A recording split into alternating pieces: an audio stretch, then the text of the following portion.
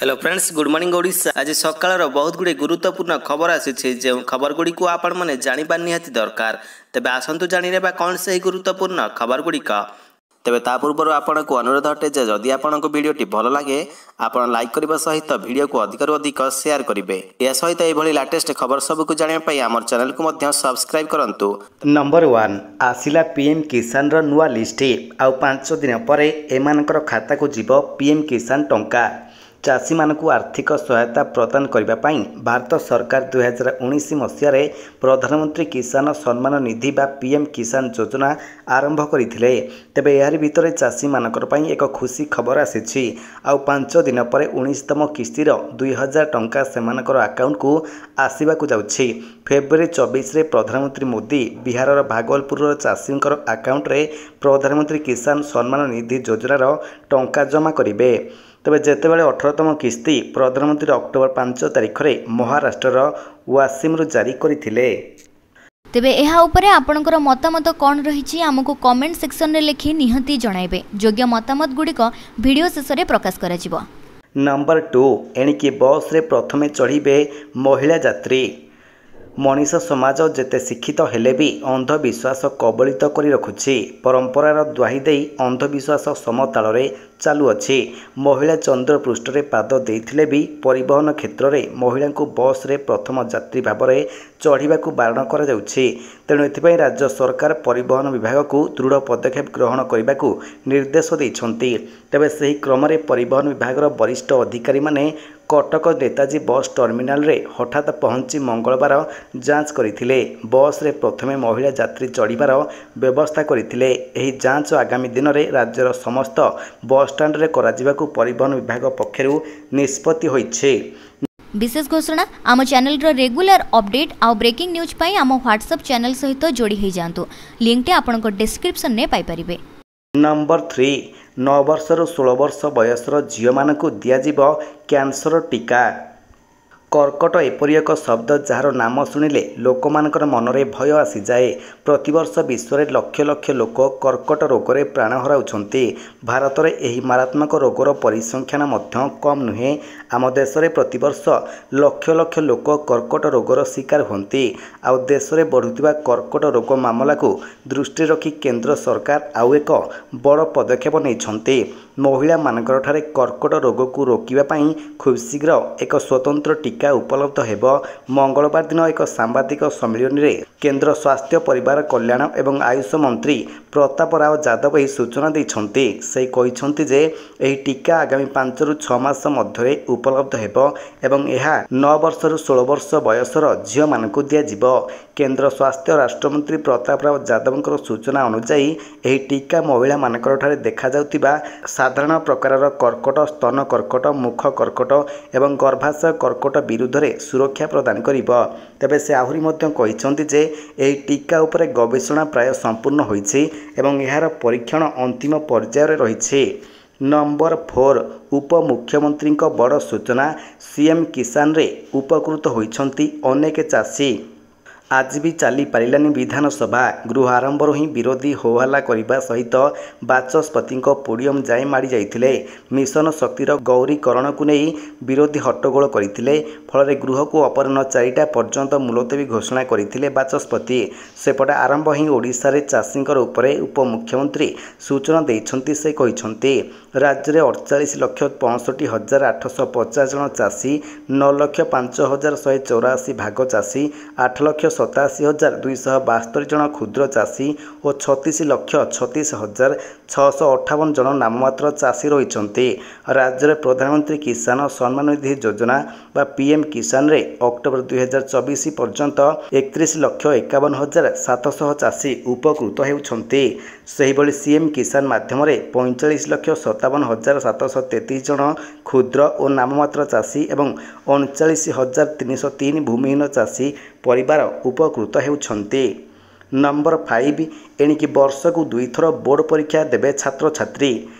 केंद्रीय माध्यमिक शिक्षा बोर्ड बा सीबीएसई यार परीक्षा व्यवस्था रे बड़ परिवर्तन आने को प्रस्तुत होउछि। सीबीएसई निष्पत्ति नेछि जे 2026 रु 10म श्रेणीर बोर्ड परीक्षा वर्ष को 2 थर करा जिवो। जदि कौनसी छात्र असुस्थ हुअंती किंबा कौनसी कारणरू से परीक्षा देबार वंचित हुअंती तबे से पुणी थरे परीक्षा देई परिबे। तबे यार ड्राफ्ट खूब शीघ्र प्रकाशित हेबो बोली कुआ जाउछि। तबे शिक्षा मंत्री धर्मेंद्र प्रधान संप्रति सीबीएसई अधिकारी एवं जातीय शिक्षा गवेषणा एवं तालीम परिषद बा एनसीईआरटी, केंद्रीय विद्यालय संगठन बा केवीएस एवं नवोदय विद्यालय समिति बा एनवीएस र प्रतिनिधि मानकर सहित एक समीक्षा बैठक करिसंती। प्रस्तावित परिवर्तन गुडी को पुंखानुपुंख समीक्षा करा जायछि एवं रिपोर्ट अनुसार आसंता सोमवार एहाकू सार्वजनीन करा जिवो। नंबर 6 आज वर्षा 20 तारिख उत्तर ओडिशा रे अधिक। बुधवार राज्य में वर्षा हेब। उत्तर ओडिशा उपकूल ओडिशार विभिन्न स्थान में हालुका वर्षा हो पारे। 20 तारिख उत्तर ओडिशार विस्तृत अंचल में वर्षा संभावना रही बोली वरिष्ठ पाणीपाग विशेषज्ञ प्रोफेसर सुरेंद्रनाथ पशुपालक कहते।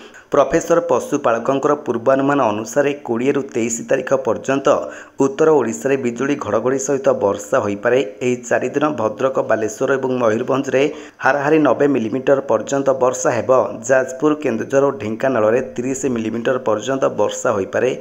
सुंदरगढ़, झारसुगुड़ा, देवगढ़, अनुगुल, केन्द्रापड़ा और कटक रे 5 रु 15 मिलीमीटर पर्यंत वर्षा हो पारे। नंबर 7 3 लाख रु अधिक मृत व्यक्ति खाउथिले राशन चाउल।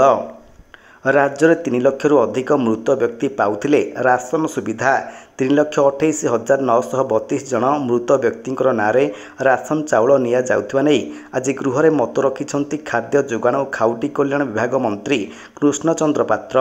बीजेडी विधायक गणेश्वर बेहेरांकर प्रश्नर उत्तर दे मंत्री कहिछंती राज्य में केन्दुझर में सर्वाधिक 35,550 जन मृत व्यक्ति राशन कार्ड हिताधिकारी रही।